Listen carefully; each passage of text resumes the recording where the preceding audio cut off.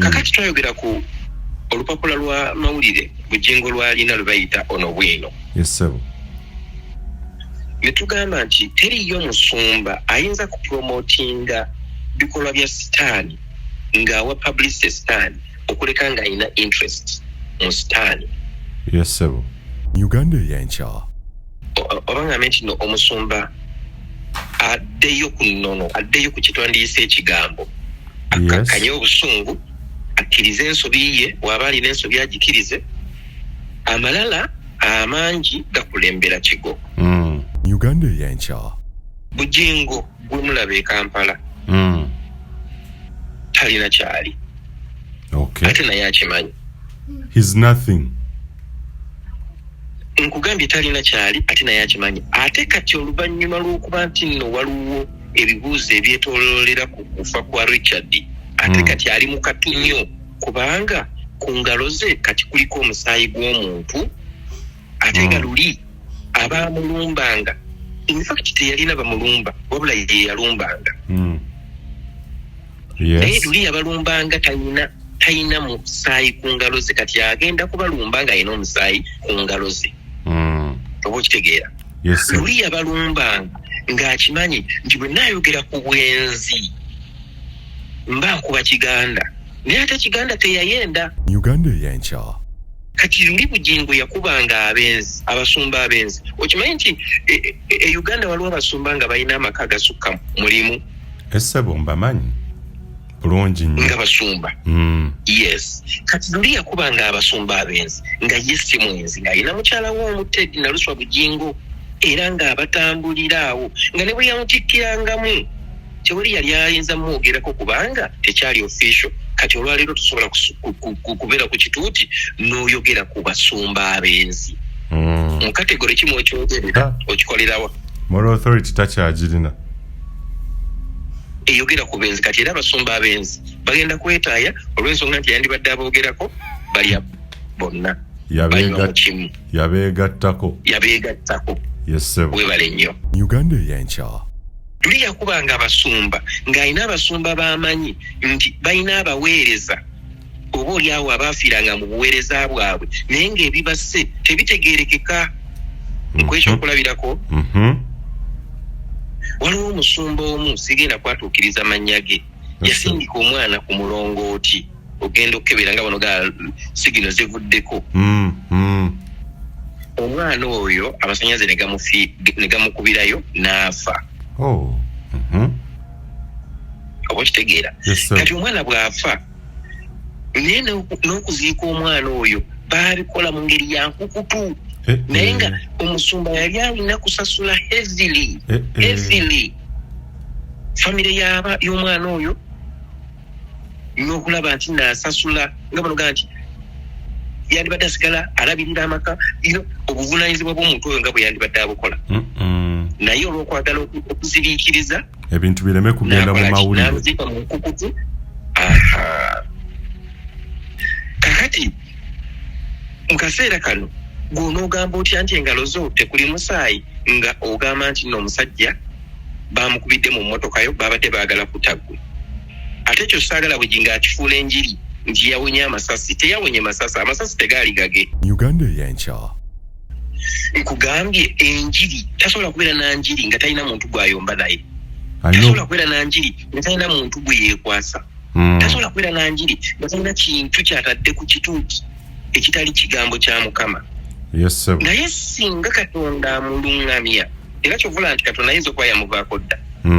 Kuba asobola okujja n'ayogera byonna n'amala okwogera ku people power n'ava ku people power n'ayogera ku ba social media n'ava ku ba social media n'ayoka aleetayo ekigambo kimu nga yakyogerako ne wiiki ewedde ne wiiki eri. Brand Pro Property Services Uganda Limited omukulu Ivan yantegeezezza nti mu abali e Dubai yes estate sales zolaba butereevu nnyo ziri available osobola okubeera nga naawe alinamu ku ssente oba oyagala lyeso genda maaso okukolera emirimu gyo eweeru w'eggwanga naye mu Dubai n'ensi endala nga UK, USA, saako ne India sofa osobola okubeera nga ofuna ennyumba yes saako n'ebintu ebigwa mu kkowe erya real estate mu ggwanga Uganda osofuna ploti oba ettaka wonaakolera emirimu gyo business oba okulima oba okulunda n'ebirala byonna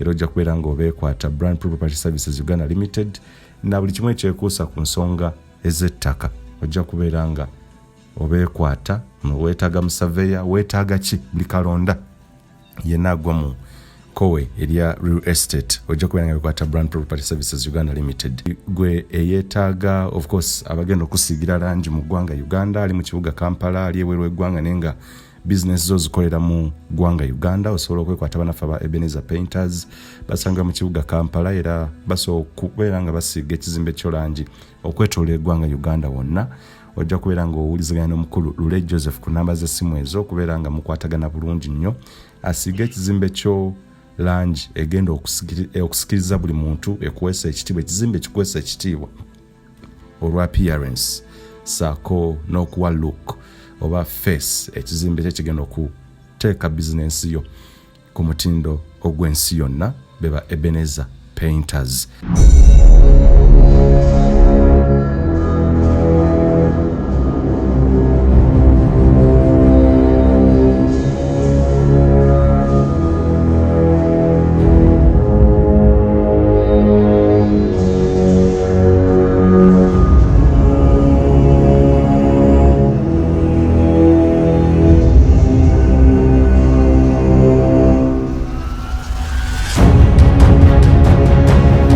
Buterevu nnyo abali ku mikutu tubaaniriza nnyo nate olw'eggulo amakya kawungeezi ettuntu ly'olwaleero kisinziira w'owuliririza eddoboozi lino okwetooloola ensi yonna. The world is a global village, of course. We can communicate effectively okuyita ku mukutu ogwa Uganda Eyenkya n'emikutu gyaffe emirala gyonna egy'abannamawulire mu time zones ezaawukana. Abali mu United States of America, abali Canada, abali China, abali mu Australia, mukulu Morris oli mu Australia, Morris Kizito, abali California, elyo that's US, abali Norway, Belgium ne Japan, omukulu Dean oli Japan, Wakedin Construction, Nalongo Florence ma Belgium oli mu ggwanga lya Belgium n'abalala bangi okwetoolola continents ezitali zimu abategeera olulimi Oluganda abali mu Europe, Asia, North and South America, abali ku ssemazinga wa Africa nammwe tubaaniriza nnyo nate olunaku luno olwaleero. It is yet another podcast egenda okubeera very very analytical as always. Tugenda kwongera okuba torch mu ebyenzikiriza bino tubisimbako nnyo essira olw'ensonga nti nga bannamawulire tukkiriza role nene gye birina okubeera nga bizanya. However, ensi bw'egenze ng'ekyuka ensa egenze ekendeerera ddala abaali balina okulyowa emyoyo ate nga balina kuwamba miwambe ne bagitunda seewa Katonda naye ate ewa Sitaani abalina okulyowa emyoyo n'okulunda endiga ne bakomekereza nga beerunda bo bokka n'okwegaggawaza n'okwekulaakulanya ne kireka endiga nga njavu nga tezirina ssuubi ng'ate era tezirinaako yadde omuntu azisumba. Nate nkomyewo ne mutabani wa Mbega Losius Matov Jr. awangaalira mu ssaza lya Ssaabasajja Kabaka ery'e Toronto, Canada. Yes, gyali eyo naye tusobola okubeera ng'era twongera okuweereza eggwanga Uganda. Munnamawulire musajja munoonyereza ate era an experience and expertise mu investigative journalism ne talk show hosting. Show gye twasembyeyo okukola naye reactions z'abadde mpitirivu niba ne tubeebaza kikulu bannanga okubeebaza. We thank you so much. Obudde bwe muteekayo ne data over 1,400 mwalabye show eyasembyeyo gye twakoze comments mpitirivu. Ne kansooke mpe mukulu wange omwaganya asooka abalamuseeko ate ndowooza yajja okubeera nga abakoonako mwenna abayise ku programu eyasembyeyo eriko Bujjigo asattira uno mbega omukulu abyogedde ajja kubeera nga bakonako omukulu obulamu buli buteyo ssebo tukwaniriza ku show soko namuze kubatuliza tugende mu maaso ssebo neyanzika batuwuliriza yonna gye musinzira okutugoberera ku mukutu gwa Uganda Eyenkya mwebale kubanga gye muli bannaye bwe mubeerayo naffe tuddamu amaanyi yes kitwongerera ddala amaanyi okumanya nti ebintu bye tubaweereza mubyagalira mubinyumirwa yes sir program gye twasooka okukola audio ey'essimu eya Bujjigo essimu emuloopye abantu abasoba mu 3.5 baalaba programu eno yes sir mwebali nnyo eno program gye twasembyeyo okukola yabadde ya bwongo nnyo wadde neeri yali ya bwongo naye eno yadde ya bwongo nnyo in fact nasanzeeko comment oli n'agamba nti okugitegeera obulungi yagiwuliriza emirundi 2 sijja kulimba nange nga moderator yansukkako yali y'amaanyi nnyo eyo programu eyo yaddeko Bujjigo asattira wuno mbega omukulu abyogedde yabadde so analytical yes twebaza Katonda olw'okutuwa amagezi n'obusobozi okutuuza abantu omutwalo gumu n'obabuulira by'obabuulira n'oyongerako n'1000 oba 5 ate nga si be bakusembye bakyagenda mu maaso n'okola programu eyo kintu si kyakusaaga we don't take such things for granted we really appreciate you and we really thank you so much may the good Lord bless you from wherever you are tubeebaza mwebale nnyo mwebalire ddala yes sebo era sigenda ku lekayo kwebaza abantu abafisa obudde omanyi waliwo alaba nata commentinga nata likinga nata sharinga naye mulimu abakola byonna nalaba na sharinga na commentinga ate na likinga yes, oba oliawo nakola nekisinga ku ebyo byetwogedde yes sebo naye era nzikiriza nnondeyo kukowa n'abantu si bangi nnyo mbeebaze olwa comments zaabwe ze baateeka ku mukutu guno yes sebo waliwo omwami yagenze n'agamba matovu watuyiwayo nnyo bwe wajja enta mu musango gw'okwokya Bible nze omu ku baaliwo nga sewokyebwa nja kumubuuza nange wanvaamu nnyo nanoonyanga abantu abagenda okungoberera nga tugenda mu kooti wasirika n'osirikira ddala avaayo saawe njagadde nnyo abuddeyo nga n'omusango twagujjamu dda kati singa tugamba oguzuukusa bajja kugamba nti this case was overtaken by events batakyabyogerako yes naye singa kamutanda n'addamu n'abinyigako ondabiraawo nga ndi Kampala kunyonyeddako soko kulindako Bujjigo n'amala avaayo n'aga nti ekya Bible Holy Ghost biki bye yali ayogera byonna nti tuddemu tuzooke oyimiriza emirimu gyo n'okwata flight n'enkomawo ku luno abawa kuswanyula kibooko ku State Square seetaaga mutwala ku kooti oyimiriza emirimu nojja n'omaliriza luno nenoonya mukyala wa Sobbi ne mugamba mpa ku bantu bo ne tugenda tumugjayo gyali yonna ne tumuleeta ku State Square ne tumuva kibooko bwe tumugamba bw'okwatayo tetubala otegeddezemu amagezi tatowulira kuba ate awo kiba kisusse olumala n'olinnya ne weddirayo ku mirimu gyo nemmala nenkomawo nenkola omulunja suudi nengimaliriza bulungi ng'ekyo omaze kisootinga ekizibu waliwo omusajja bamuyita Paulo Nsubuga essebo yataddeko komenti kuno nagamba kati ate nange nkiddemu Richard alabika teyafa kano kafere ka baluwa ka state apologist walai many million questions zero answers wabula Museveni ate bano yataddemu Museveni yagamba Museveni ajja kufa yeetakula simanyi lwaki ate yataddemu Museveni kati oba ate yajjiddewaawo omusajja wattu okumuteeka mu buli kimu Rahma Siraj yatugamba mbu yayimukamu walinga bakuya amasasi mbu yayimuka namu okukakasa nti amubisse yenna ono Richard gwe baali bakuba amasasi kati oba yayimuka atya ng'alina seatbelt.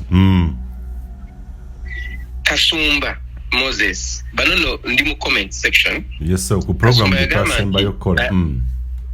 Yes sir, yagamba nti nkozesa common sense wange. I use my common sense. Mr. Bujjigo amanye ekituufu. Ekisooka tosobola kwekweka wansi wa steering ku myaka gyaffe. Ekyokubiri tosobola kukuba masasi gawera 13 mu ndabirwamu netayiika. Ekyokusatu you miss 2 or 3 bullets ku mugongo gali n'okuyitamu mpaka mu ndabirwamu on your side door. Yes. Nagamba Bujjigo kkiriza watta omuntu byenjogera mazima sejjusa ate seetonda period. Bamise Kasumba Moses. Yes sir. Kimanyi Simon yagamba nti sebo ekibuuzo ekirala batugamba nti essaati gye baamukubiramu amasasi poliisi yagitwala oba abasawo baamuwa ssaati ndala yamala n'agenda nayo awaka kubanga atugamba nga wayise ennaku nga nnya nti poliisi yagitutte kubanga omukyala yali tannajooza. Nalubega Margaret n'agamba nti even the widow knows the plan because she said nti ye amanyi aboogera boogere. Omulala bamuyita ndowooza ye Dorothy yagamba nti many big people in security are in trouble because of Bujjigo and he has put their jobs in jeopardy. Many Museveni yebuuza who authorized these 3 SFC guys to guard Bujjigo. That was a security threat on Museveni. Olaba abantu bano ze nabayita ba social media investigators. Yes. Bakuwa ekintu naye nga bw'okiteekako analysis olabira ddala nga kituufu. Oli mutuufu nnyo. Julie Nambatya agamba I was following the burial of Richard and I saw a guy taking a picture. At the time they opened up the casket and I waited to see whether he'll post it, but not. I think someone told him to delete it after taking it. Kati waliwo n'ebirala wano omwami bambi bamuyise highly favored oba mukyalo w'omwami aga nti all those questions cannot be answered because it's an inside game to accomplish something bigger than what meets our eye. Sincerely, mulimu abanene ate let's not kwebuzaabuza tewali at all road shooting that day that I have discovered from you.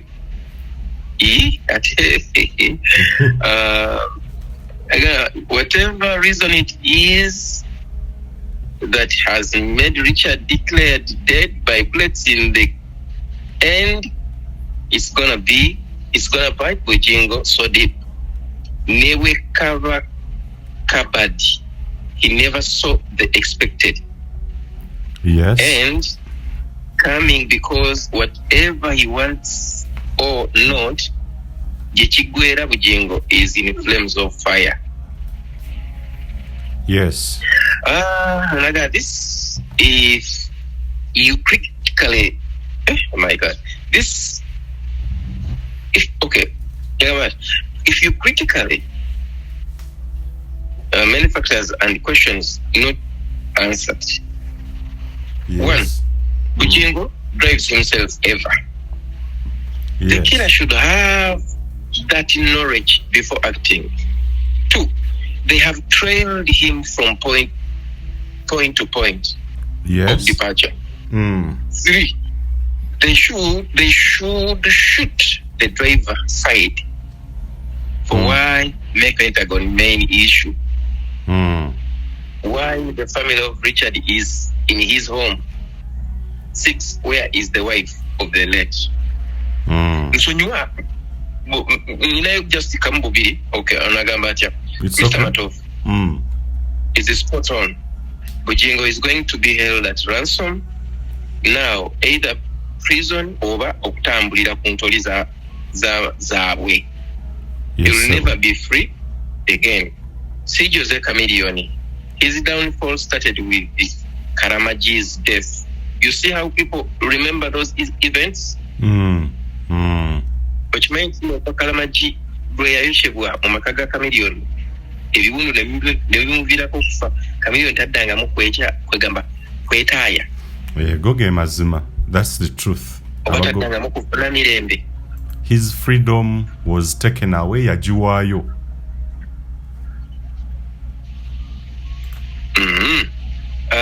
Agandi ono bamita teyateka kolinya naye ng'agamba nti that guy talks and he has maturity in his words. Oba yali awaana nze simanyi.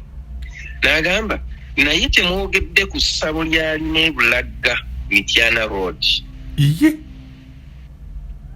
Bini akuli kumpi awo. Emisa gitwagiraba. Bini akuli kumpi awo. Nti Bini akuli kumpi. Bini. Bini abeera walanze nange. Zino comments sebo zensoma ziri ku gundi yaffe ya program gye twakolako. Gye twasembayo kukola. Kubaako keetaaga okucekinga ndowooza tunanoonya Bini akatuggirewo katono kaveewo. Agambye naye temwogedde ku ssabo lyalina e Bulaga Mityana Road. Ekisooka, by the way, singa oddayo mu programu zaffe ze twakola emabegako eri. Ez'omwaka oguwedde, yes.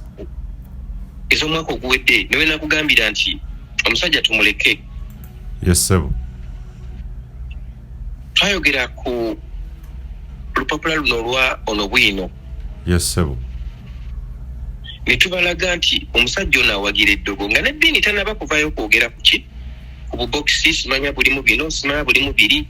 Mukulu wange katono nnyo abantu kansooke mbalagirire ali ku Uganda Eyenkya ojja kgenda mu playlists onoonye omunnyo oguweddemu ensa. Mukulu Matovu program zayogerako zonna ziri mu playlist eyo ku Uganda Eyenkya omunnyo oguweddemu ensa. Yese bugenda mu maaso. Neyanziza. Kakati twayogera ku olupapula lwa mawulire Bujjigo lwalina lubayita ono bwino. Yes, sebo. Ne tugamba nti teriyo musumba ayinza kupromotinga bikolwa bya sitaani ng'awa publicity sitaani okuleka ng'ayina interest mu sitaani. Yes, sebo. Ennaku zino sijja kulimba ono bwino simugoberera kubanga wano wendi simulaba ate tali online. Yeah, true. Nandyagadde nnyo okumanya bwe twayogera ku programu ya ebyeddogo byasigala bikyateekebwamu oba baabivaako. Kuba ebimu ku bye twayogerako ebimu omukulu yali abikyusizza nga takyakola ki nga takyabikola. Oba ojjukira bulungi nnyo sebo. Yali ekikulu muyizi mulungi nti oluusi oyinza okwogera ku kintu n'alabanga mu butuufu omukubye ebadde ensobi n'atereeza. Nze sikuba bantu nze ntereeza butereeza bantu. Okay. Oba okitegeera naye nga bingi bye twayogerako mu programs ezo we twali ku munnyo ogweddemu ensa ebintu bingi byajja bikyuka ku Kanani era ne mu njiri ne bigenda nga bikyuka. Yes, sebo. Lwakuba omuntu bw'ayogera ennyo yeerabira oluusi by'aba ayogedde. Ekisooka njagala programu y'olwaleero bannaaye munzikirize tugiyite oba ngambe nti no omusumba addeyo ku nnono addeyo ku kitwandiyise ekigambo akakanye obusungu akkirize ensobi ye waba alina ensobi agikirize amalala amangi gakulembera kigo. Kankubuyeko kino muganda wange. Yes, sebo. Bujjigo gwe mulaba e Kampala talina kyali. Okay. Ate naye akimanyi. He's nothing.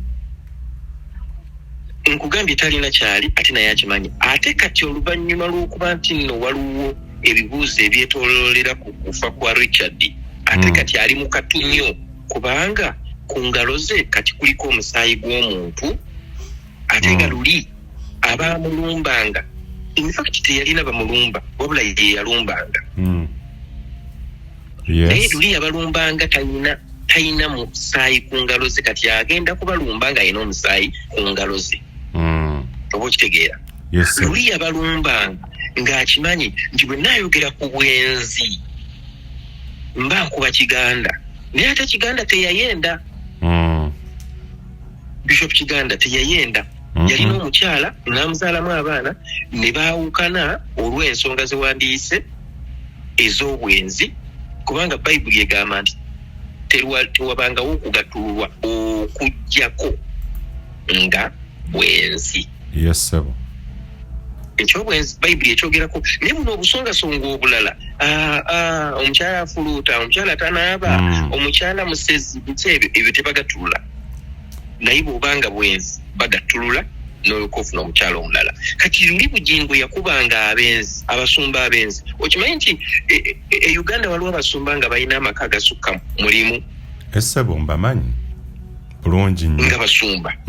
Yes. Kati luli yakubanga abasumba abenzi nga ye si mwenzi ng'alina mukyala we omutedi naluswa Bujjigo era ng'abatambulira awo nga ne bwe yamutikkirangamu tewali yali ayinza mwogerako kubanga tekyali official. Kati olwaleero tusobola kubeera ku kituuti n'oyogera ku basumba abenzi. Mu kategori kimu ekyogerera okikolerawa.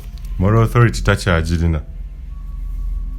Eyogera ku benzi kati era abasumba abenzi bagenda kwetaaya olw'ensonga nti yandibadde aboogerako balya bonna. Yabeegattako. Yes sir. Webale nnyo.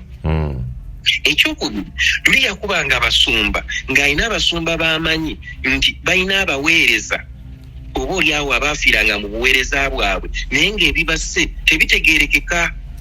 Nkwekyokulabirako waliwo omusumba omu sigenda kwatuukiriza mannya ge yasindika omwana ku mulongooti ogenda okukebera nga bano ga sigino zivuddeko. Omwana oyo amasanyaze ne gamukubirayo n'afa. Oba kitegeera. Kati omwana bw'afa naye n'okuziika omwana oyo baabikola mu ngeri ya nkukutu naye nga omusumba yali alina kusasula heavily famire y'omwana oyo n'okulaba nti naasasula nga bano gaa nti yandibadde asigala alabirira amaka obuvunaanyizibwa bw'omuntu oyo nga bwe yandibadde abukola. Naye olw'okwagala okuziriikiriza ebintu bireme kugenda mu mawulire n'amuziika mu nkukutu.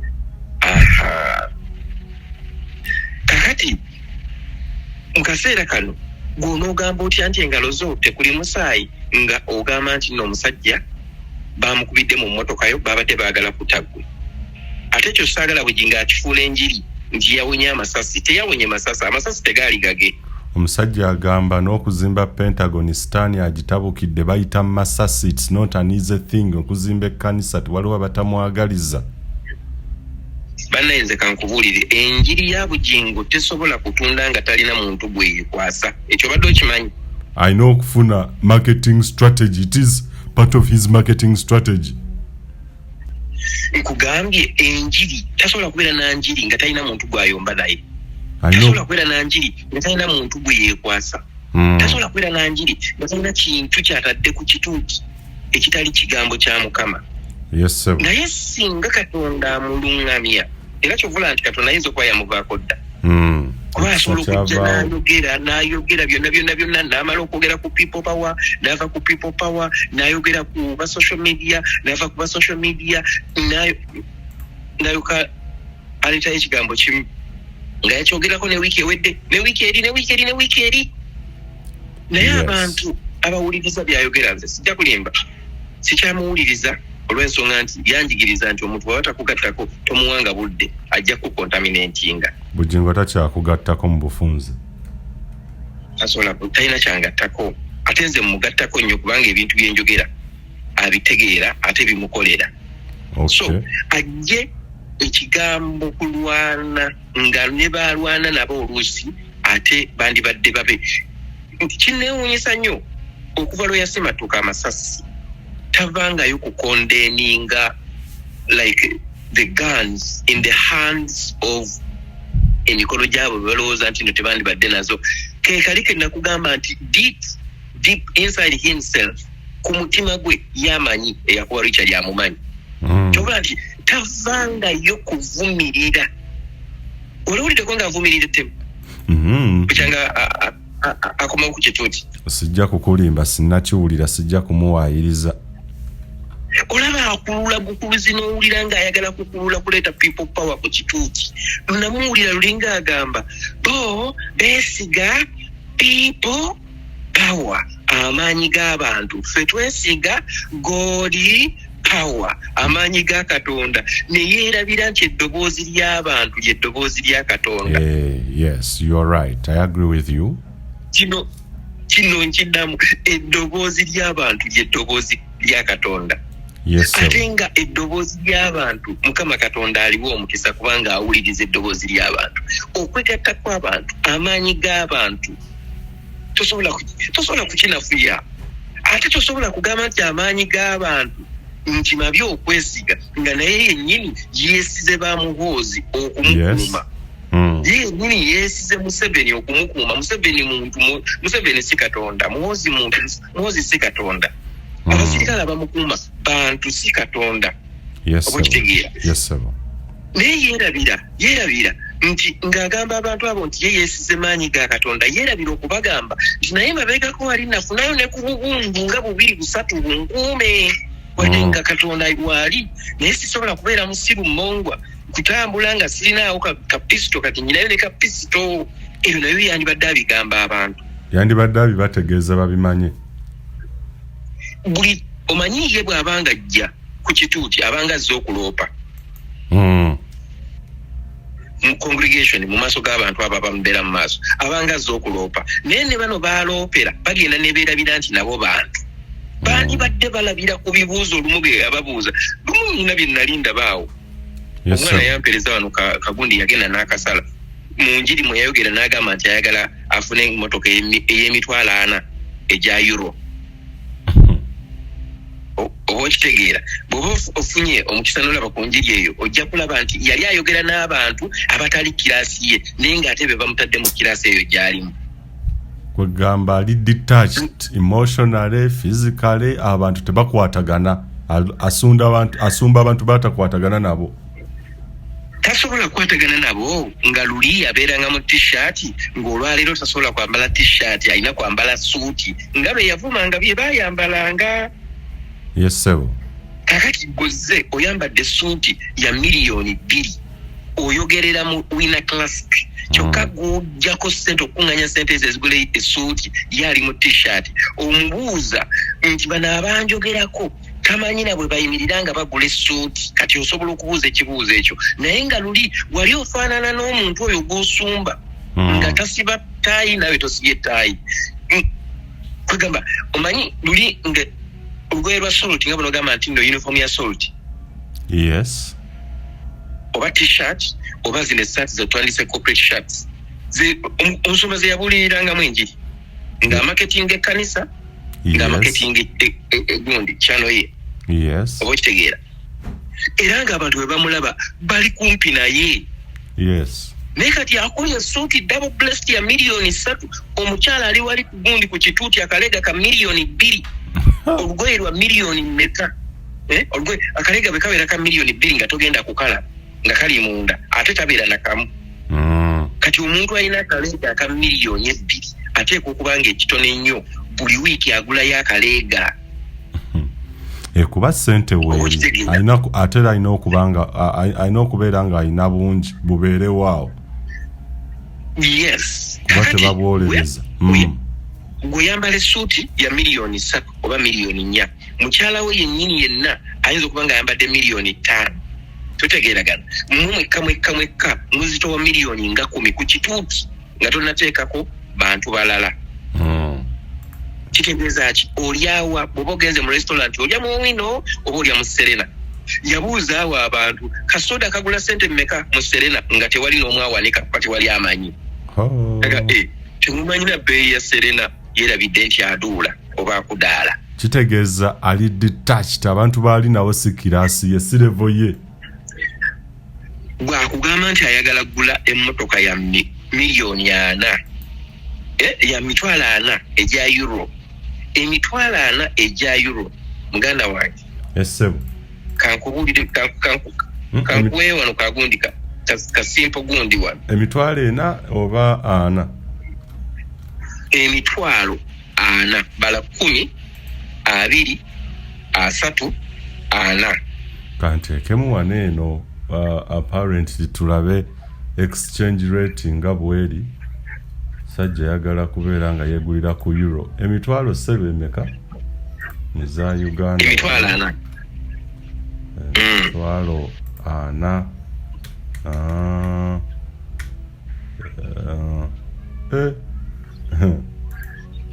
Sebo omukulu aba ali mu eno si biliyoni aba mu biliyoni emu mu bukadde 666 mu kakati ulira 1.6 enzo emmotoka gyayagala okuvuga muganda wange wamala esusa biliyoni emu n'ekitundu eza sente za Uganda. Biliyoni emu n'ekitundu kubanga euro emu egula siringi 4,118 za Uganda. Euro emu. Yes, bweguli. Okitegedde? Aba mu 1.6 exclusive of taxes. Nga tekuli misolo, nga tekuli praise God, oba kati kulina baako linnya ki bannange? Suzani. Akuya kuba God ayina kwekweka mu Katonda okulaga nti Katonda w'amaanyi. Tasobola kuteeka Suzani ku mmotoka. Kati kitegeeza nti emitwalo 10 gibeeramu miliyoni 414 mu emitwalo 8. Kakati kubisaamu emirundi ebiri ze miliyoni 8 mu 2 mu something. Kati times 4 ye biliyoni emu ne miliyoni nga 6. Yes, ali mu 1.6b. That is if emotoka jaguze strictly eri mu mitwalo 4 eja euro net. Tekuli misolo, tekuli shipping costs. Abantu baddeyo bawulirize. Kati obanga ye kati ng'omusumba obwongo bwe bumugamba nti ayagala kugula mmotoka ya biliyoni emu ne miliyoni 6.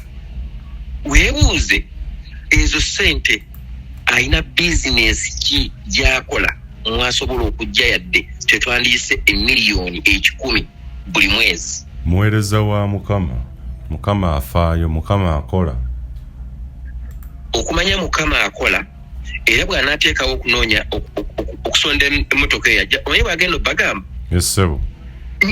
Euro emitwale 4 obusente butono nnyo era wano kukkana ninze kyemmanyi bwe tugamba nti tugenda kuŋŋaanya ssente ezo tujja zikuŋŋaanyiza ekinene nnyo kugenda kubeera mwezi gumu.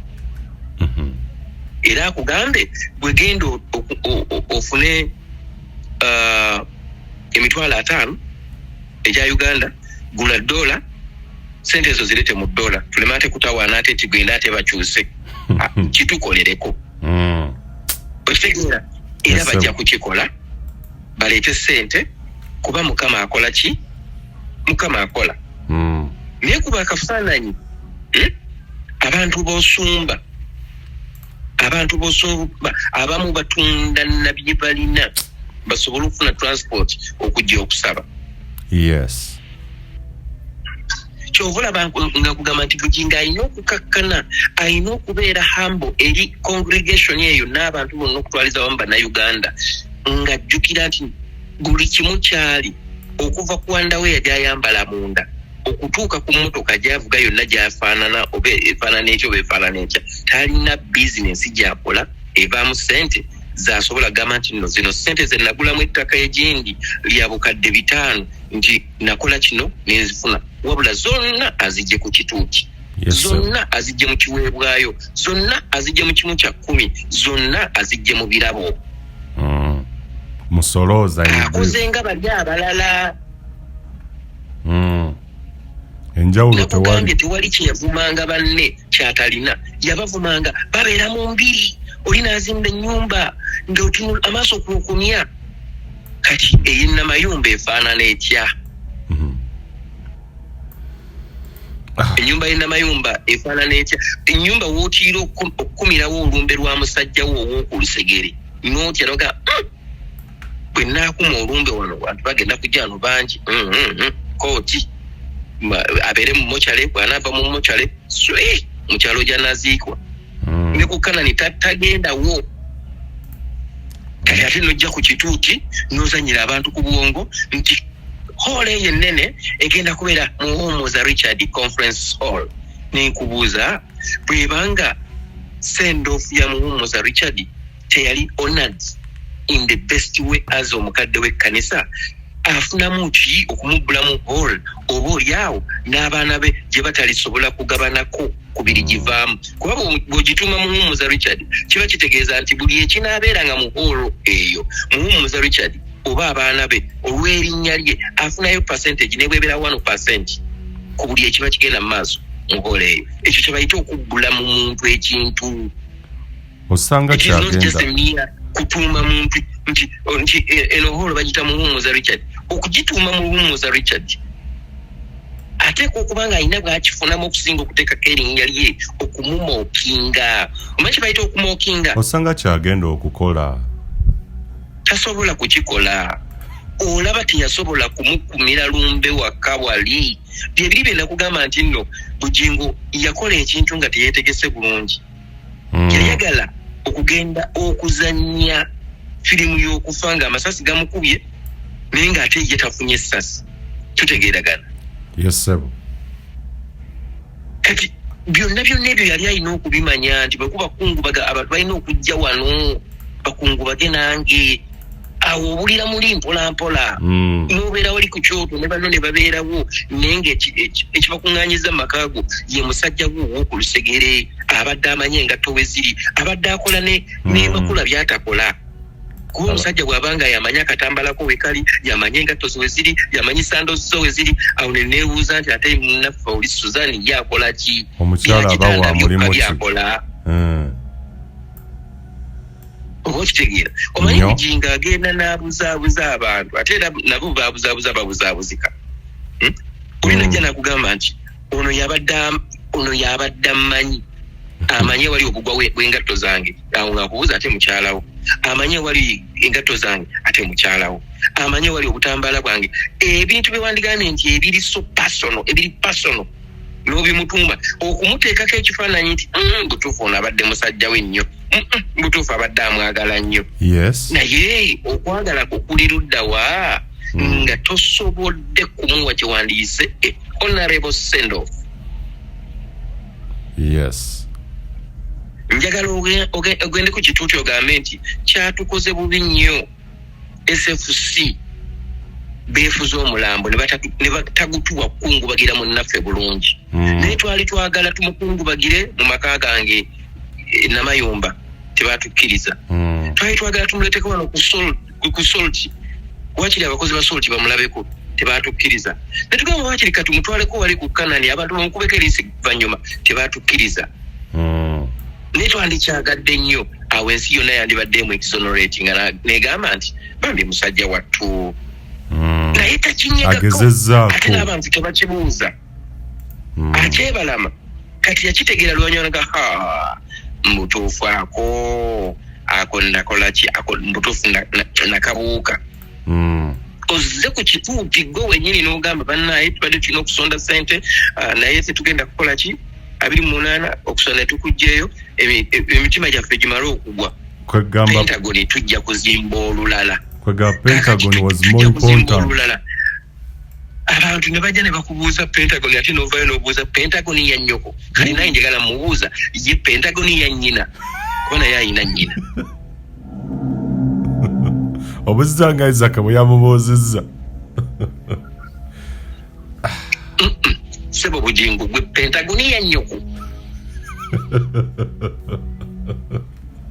kubanga ekintu ky'osonze tobaako monopole yakyo wadde ssente gw'ozikuŋŋaanya naye olina okukola kye bayita accountability mu maaso gaabo b'ozikuŋŋaanyaamu olaba emirembe Teddy Naluswa Bujjigo gy'alina olwaleero nnyo mingi bino bye twogera manyi bimuluma ng'omukazi eyazaala mu musajja ng'abaana tasobola kubazzaayo naye adda mu kisenge kye n'akaaba amaziga ng'omukyala n'amala n'atendereza Katonda n'amugamba Mukama ate weebale kunzija mu katembo ono in brief Teddy Naluswa Bujjigo yawona lwakuba nti munnaye oli mukyala ngambe nti mukyala mugumiikiriza ate mukyala mugumu ku bintu ebyokutyobwolwa bye yayitamu ng'akyali ku Kanani ng'oyo omukyala yesebo yandibadde takyalina mubiri ku mubiri gwe yandibadde yakogga naggwawo yenna mukyala mugumu nnyo mukyala mugumu mukyala alina okukkiriza mukyala alina Katonda kati nze njagala nkubulire Bujjigo yandibadde asooka n'alabira ku basajja ababadde abanene ab'amaanyi abagudde n'engwa gye baguddemu abasajja babulidde enjiri waliwo omusajja bano abatugoberera omanyi njagala nnyo abantu bano abatugoberera batwagala nnyo ate bali fully researched tetusobola kwogera ku kintu ne batasobola kukikola kukikolako kye twandiyise postmortem ebintu byonna byenjogerako abantu bagenda ne babinoonyereza kate ne babizuula nga ddala gyebiri bituufu ate nga n'abatusinga okumanya kwe bali yes Jimmy J-I-M-M-Y Swaggart S-W-A-G-A-R-T ono omusajja mu Amerika yesebo alina oba yafaana okufa kati simanyi I need to confirm naye yali wa tutumu nnyo okuva mu myaka gy'enkaaga 7 8 amanyi ogambye yani mu mwaka wanje amanyi ogambye yani Jimmy Swaggart okay naye yali musajja w'amaanyi nnyo he's a very ngamentya outspoken televangelist a televangelist pastor akyali yosebo abulira enjiri ku ngabula gamba nti ku TV ne radio ngera bwolaba Bujjigo bwakola naye mu myaka gya 1988 yagenda n'agwa mu skando yali mu malaya yes 1988 ina skando gye yagwamu in fact yalina skando ziringa 3 naye nga zonna ziri related ku bakazi okay naye okumakinga kiri kiriya akyali mulamu seba akyali yali myaka 88 okay bwabanga akyaliyo he retired from the pulpit yavako ku kituuti mutabani we n'amusikira yes tugende maaso sebo I wanted to make that clear. Okay, thank you so much. Neyanze. Jimmy Swaggart oyo musajja yabuulira enjiri. N'akankanya bewandiisa ababuulizi b'enjiri ab'ekiseera ekyabo bonna. Era ojja nakwesanga nga ne scandal ezo ze bagamba nti ze yagwamu baamuteganga ntege. Olwa popularity eri. Olwa popularity n'obugagga bwaliko. If you search his worth, net worth of Jimmy Swaggart, ateekwa kuba ng'ali mu $millions eby'obugagga bwe. Bewa abasajja balina private jets. Yes. Bewa abasajja balina mansions z'amayumba. Mujja munoonyerezaako. Naye Jimmy Swaggart we twogerako olwaleero ayina emikutu gya radio egisoba mu 30. Omuntu omu. In fact, yenna nnyini mukutu gwa TV emanyiddwa nga SBN. I think it is SBN. Njimanyi bulungi. Yes, I normally follow it. Yeah. Yes. Good. Kati yenna nnyini mukutu ogwo. Naye alina n'emikutu emirala mingi nnyo Swaggart oyo gw'olaba. Lumu baamukola akabaddi ne bamukuba ebifaananyi mu woteeri emu ng'alimu ne omanyi kati nga bolaba omuwala bwe bayitaani Shanita Namuyimbwa abasinga gwe muyita Bad Black. Yes. Kati kankubuuze singa bakuba ekifaananyi katugeze Bujjigo ne Bad Black. Yes sir. Nga batambula bwe katugeze mu lukuubo lwa Serena gye balira emmere naye mu nkuubo eringa bono gamba nti bali mu hotel si conference center ne hotel. Yes.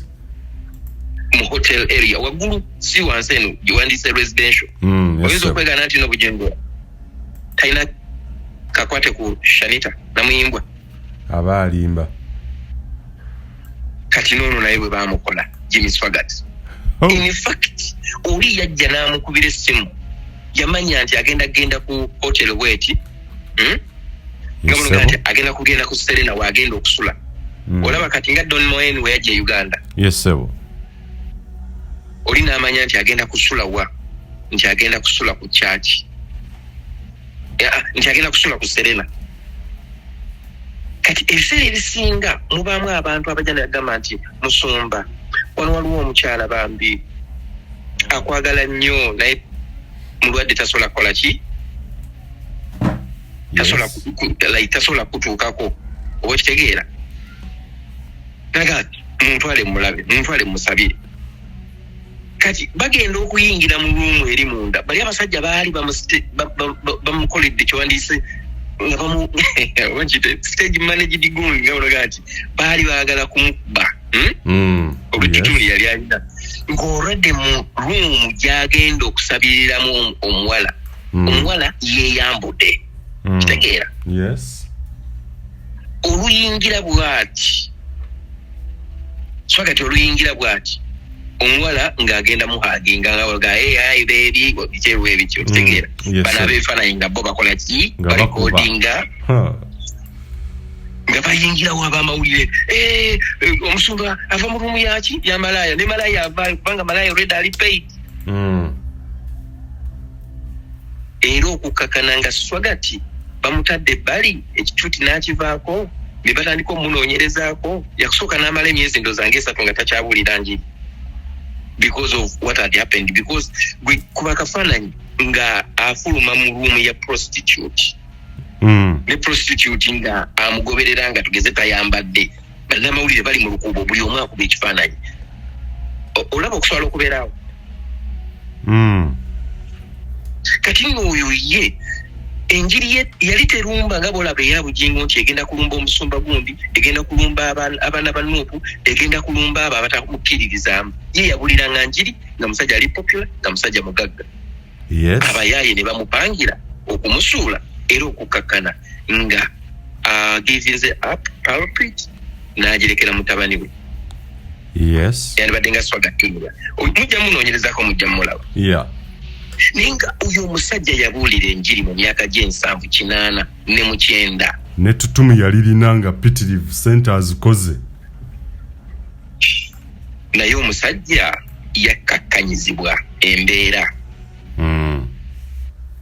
oba kitegeera oli mu Africa tubadde tulina omusajja bamuyita TB Joshua TB Joshua abamu mulya TB Joshua erinnya lye mu bujjuvu wandigambye nti ye Temitope Borogun Joshua naye ye teyayagala ndooza kugawanvu yenyo naga nti ye TB Joshua. Sebo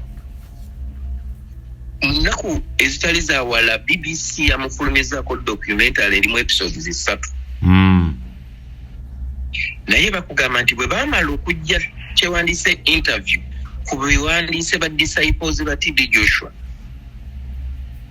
kuba bagamba nti investigation eno yatwala emyaka gyalinga 2 sebo efulumye okujja interviews ku ba disciples ba TB Joshua a few days later guy naafa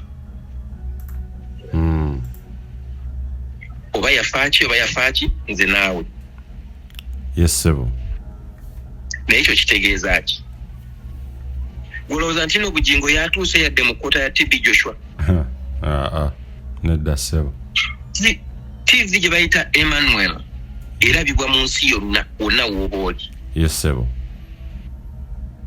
Bujjigo yatuuse ku level nga TV ye esobola okulabibwa kebeere nga bonoga nti mu Uganda yonna wonna w'oli mu Uganda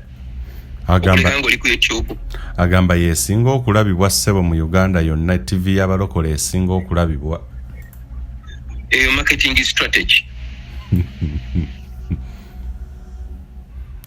kati nze nkugamba nti nkola programu ng'abantu tebandabye nga bawulira buwulizi ddoboozi lyange naye tugenda okumalako olunaku ng'abantu 1,000 bawuliriza bye twogedde. Njagala Bujjigo gwe bawuliriza era gwe bagoberera asinga mu Uganda yonna atugireyo olunaku lwe yali akoze views 1,000 mu lunaku lumu nga agukoze mu njiri. Kuba wandigambye nti kyekisinga okutonda ku TV ye. Ekyo kitegeeza ki? Oli bw'avaayo n'akugamba nti nze nsinga obulungi nga tawangulangako okuwa Miss Uganda, towulirizanga bigambo byakugamba. Mugambe okay, you're beautiful, mu appreciatingire mu comfort zone ye, omulekaawo naye ng'okimanyi nti bannalulungi bavaayo ne batekinga step ne bavuganya ne basinga ne balangirirwa. Yes sir. Naye tosobola kunena nti TV esinga okulabibwa mu Uganda eriko full figure. TV y'abalokole esinga okulabibwa mu Uganda oba esinga okuwemula mu Uganda. Esinga okuvuma mu Uganda. Kwagamba ekintu alina okukikyusa, si TV y'abalokole esinga okulabibwa wabula esinga okuwemula. Esinga okuwemula. Nze kankubuulire ne bwe yandibadde ng'abantu bokka abo abajja mu service be balaba TV ye kuba bamumala. Mukulu wange talina project gy'ayagala kukola gy'atasobola kukola ng'alina ekibiina ekyo ky'abantu wakati w'omutwalo gumu n'ekitundu. TB Joshua mu services ze yabeeranga n'abagobereza 5,000 buli wabeerangayo service 5,000 nga batudde wali nga tebali ku TV 5,000 okudda waggulu mu congregation live audience nga bali mu service nga banoga nti kakati wano batuddewo bati wano batuddewo bwe bati 5,000 oba kitegeera ku synagogue Church of All Nations in Nigeria. Yes. Kati nkulaga nti abasajja ab'amaanyi bagwa ate bwe baba bagudde tewali kye bagenda nakyo mu ggulu oba gye bagenda yonna. Era nga naye bw'akimanyi nti n'abantu abo abatuula awo ku Kanani n'abakola obubadi buno n'abakola buli naye ne batavaawo weewaawo waliwo abavaawo. Obadde okimanyi ekyo? Yes sebo. Nti waliwo abafuluma ate ne wabaawo abayingira, wabaawo abafuluma ne wabaawo abayingira. Bweguli era tebakulimba nti nno abantu nga bwe bava ku Bati Valent bonna bakyaliwo awo ewa Bujjigo mu Kanani tebakikulimba ekyo. I know a sizable number. Ngulya kubira n'essimu nakuweza oba nakuweza message nagamba naye nze wekyatuuka ku mpeta nenvaayo wekyatuuka ku gamba Teddy ekikulukuto awe nakoma. Gwokimanyi nti nno abantu bangi kati abeekyawa okubeera mu relationship olw'okubeera ekyo Bujjigo kye yakola wadde nga si ye musumba asoose okwagala omukazi omulala mu maaso ga mukyala we n'abaana be. Bangi nnyo.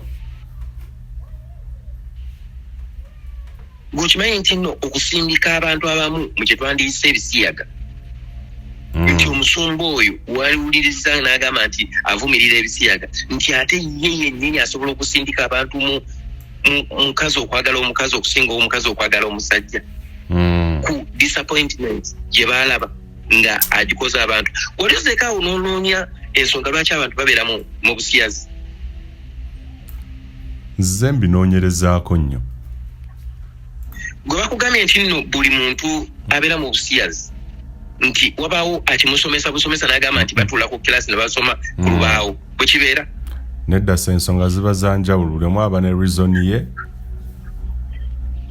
They are different. Tofunangako musajja abasajja sijja kulimba batono nnyo be nali nfunye abali open gendi ne bambuulira eby'omunda naye abawala bangi njogeddeko nabo. Yes, likewise. Yes. One. Okitegeera naye omuwala n'akugamba nti nze boyfriend wange yasooka namukwata ne my best friend ate nga nali mukolera buli kyayagala okuva olwo abasajja bantama. Oyo n'akooyeraawo. Oli n'akugamba nti nno nze omusajja yankwata yanneekakatikako olw'empaka. Yes, I agree. And it was brutal and from that day nakyawa ekitonde kye bayita ekitonde ekisajja. Okitegeera? Omuwala omulala yaŋŋamba nti kale nze nali ku ssomero nali nayo omuwala mukwano gwange naye ebintu bye yankola byankyayisa omusajja yenna okunkwatako. Banaye si promotinga osiyazi mu programu eyo. Yes, oyogera out of experience ensonga impact. Kireetera abantu okutuuka ku kusalawo nga bwe basalawo mu bulamu bwabwe. Nti ekya Pastor Bujjigo kye yakola tomanya kye kyaleetera abantu abamu because tetulowooza kye kimu. Yes. Kireetera abantu abamu okukyayira ddala ebitonde ebifaanana nga iye.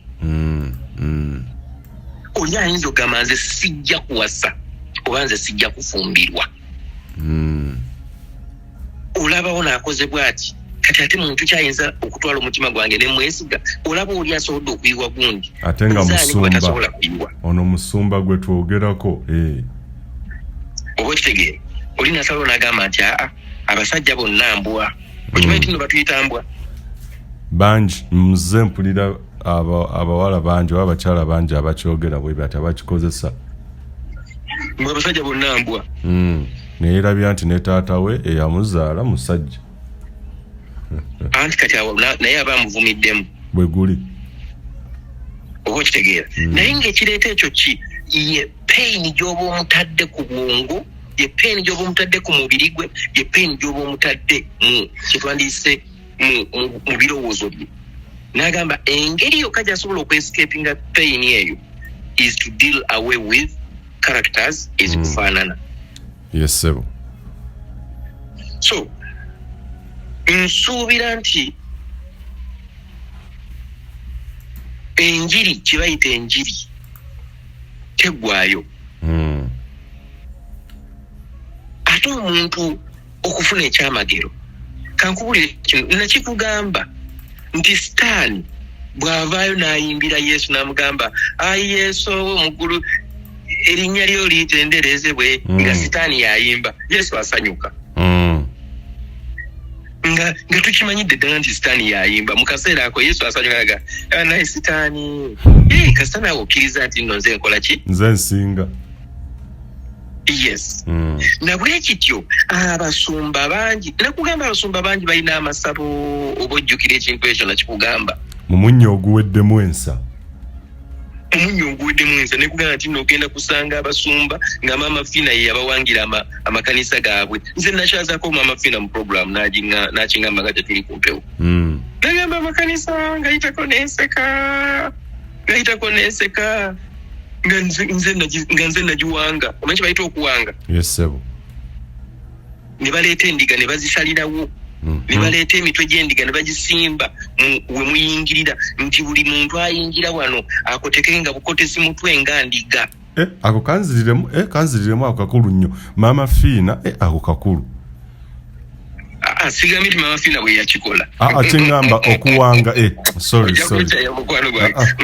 Okay, tudde kukuwanga. Sorry. Omusawo Omuganda. Yes, so sorry. N'amugamba nti buli muntu ayingira wano njagala akoteke nga bukotesi mutwe nga ndiga. Nga ne bwe njogera ekintu nga tasobola kunsalira musango. Buli ne bw'aba awulidde ekintu takiddamu wabula akoteka bukotesi mutwe nga ndiga.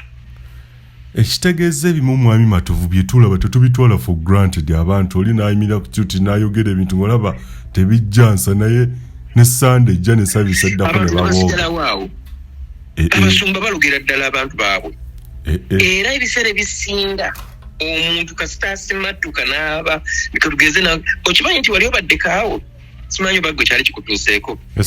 Oba oli olokoseeko nga bw'otagenda ku church owulira ng'olinga zizza omusango nga kikulumiriza wakiri ogamba wakiri kangendeyo wakiri mpeewo ekibwewaayo ng'owulira guilty eri ate ng'okutta awalungi.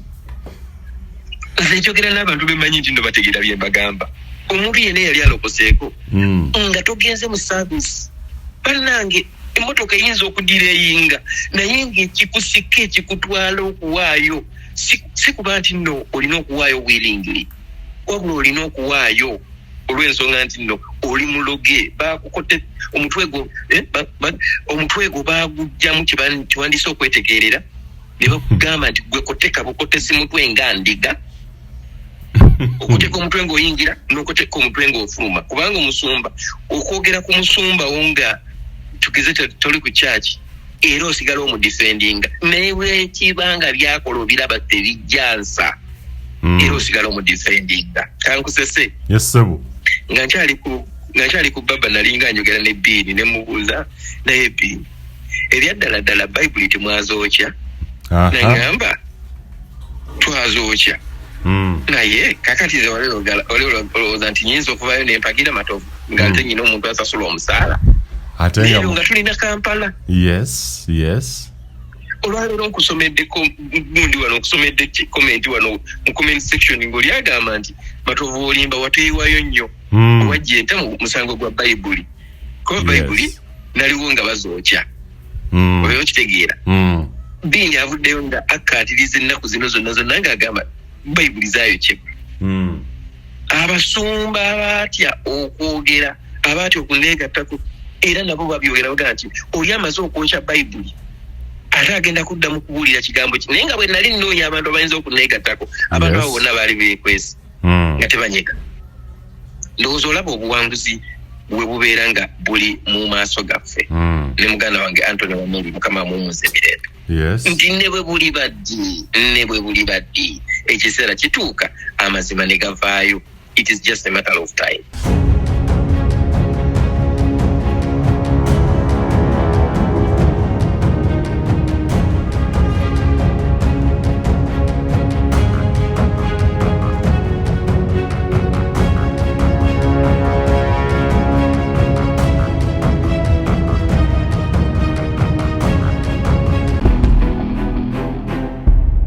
UgandaEyenkya.